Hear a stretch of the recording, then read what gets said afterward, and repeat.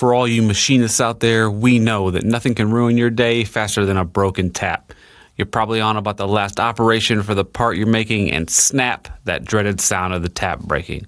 Let me tell you about this amazing tool. It's called Omega Drill from Penn Tool Company. It's got a wild point geometry and clever square flute designed to maximize strength, and it's made from a revolutionary grade of tungsten carbide. That's what it takes to drill through a hardened, high-speed steel tap.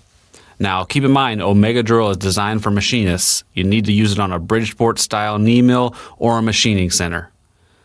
Most people start with this Omega Drill set. It's got all 4 different drill sizes and covers every tap size from a number 4 up to a 1/2 inch. Sets and individual replacement drills come with a great instruction card that guides you right along on how to put an end to that nasty broken tap. There you have it, my fellow machinists. Omega Drill, the machinist's choice for removing broken taps. From Penn Tool Company.